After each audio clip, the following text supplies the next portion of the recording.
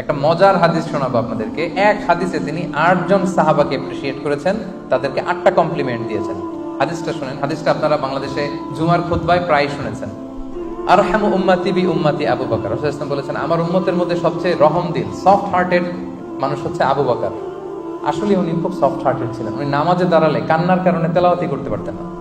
আল্লাহ রাসূল সাল্লাল্লাহু আলাইহি ওয়াসাল্লাম ইন্তেকালের পরে উনি যখন খলিফা, উনি ইমাম, উনি নামাজ পড়াবে কি, উনি আলহামদুলিল্লাহি রাব্বিল আলামিন বলেই কান্না শুরু। কারণ উনি ভাবতেন, কাইফা আকুমু মাকামা রাসূলিল্লাহ, আমি কিভাবে রাসূলের জায়গায় দাঁড়িয়ে ইমাম হব? এই জায়গায় তো রাসূল সাল্লাল্লাহু আলাইহি ওয়াসাল্লাম ইমামতি করতেন, আমি কিভাবে এখানে ইমাম হই? এই ভাবনা থেকে উনি তেলাওয়াত শুরু করলে শুধু কান্না। রাসূল সাল্লাল্লাহু আলাইহি ওয়াসাল্লাম বলেছেন, আমার উম্মতের মধ্যে সবচেয়ে সফট হার্টেড মানুষ হচ্ছেন কে? আবু বকর। ওয়া আশাদ্দুহুম ফি আমরিল্লাহি ওমর। আর আল্লাহর দ্বীন বাস্তবায়নে সবচেয়ে কঠোর হচ্ছে কে? ওমর। আসদাকুহুম হায়াআন উসমান। আমার সাহাবীদের মধ্যে সবচেয়ে লাজুক সাহাবী হচ্ছে উসমান। ওয়া আকরাউহুম লিকিতাবিল্লাহি উবাই ইবনে কাব। আর আল্লাহর কিতাব সবচেয়ে কারীদের মতো করে পড়তে পারতো যে সাহাবী, ওনার নাম হচ্ছে উবাই ইবনে কাব।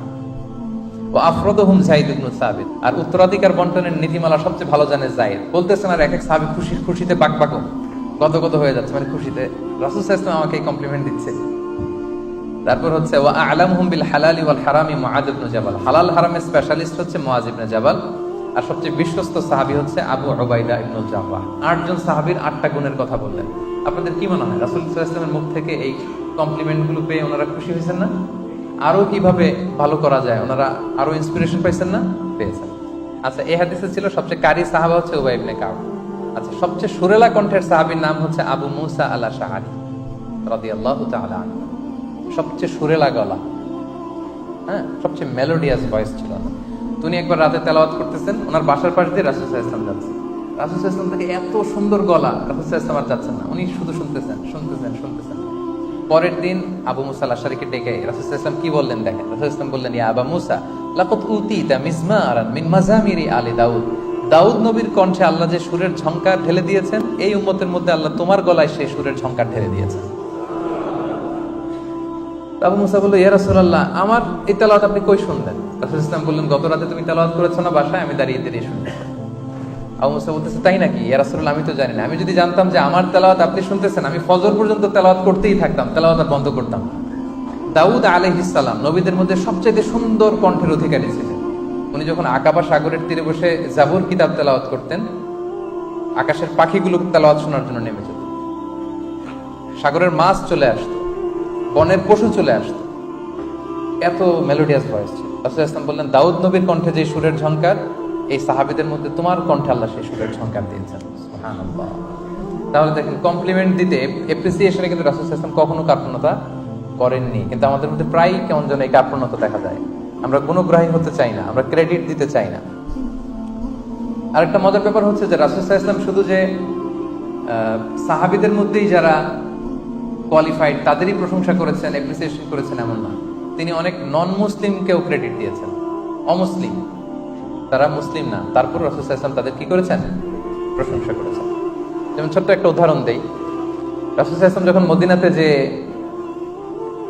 পিস এগ্রিমেন্ট করলেন ইহুদিদের সাথে, যে মদিনায় অ্যাটাক হলে আমরা সবাই মিলে মদিনাকে সেভ করব।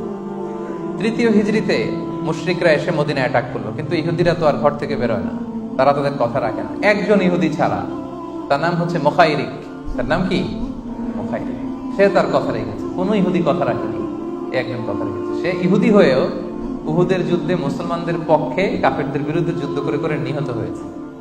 তার লাশটা যখন রাসূল সাল্লাল্লাহু আলাইহি ওয়াসাল্লামের কাছে আনা হলো, তিনি লাশটা দেখে বললেন, মুখাইরিক খায়রু ইয়াহুদ, মানে মুখাইরিক is the best of among the Jews. ইহুদিদের মধ্যে সবচেয়ে শ্রেষ্ঠ হচ্ছে মুখাইরিক, কেননা সে তার কথা রেখেছে। সুবহানাল্লাহ।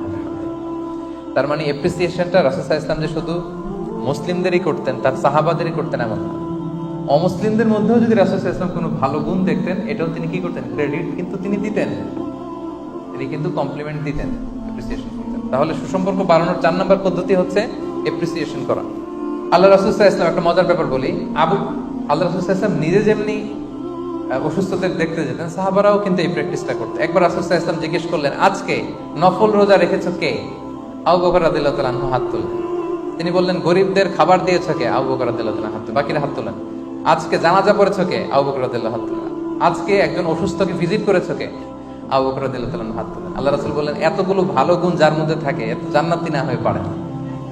সুবহানাল্লাহি ওয়া বিহামদিহি। কি চমৎকার গুণের অধিকারী ওনারা ছিলেন।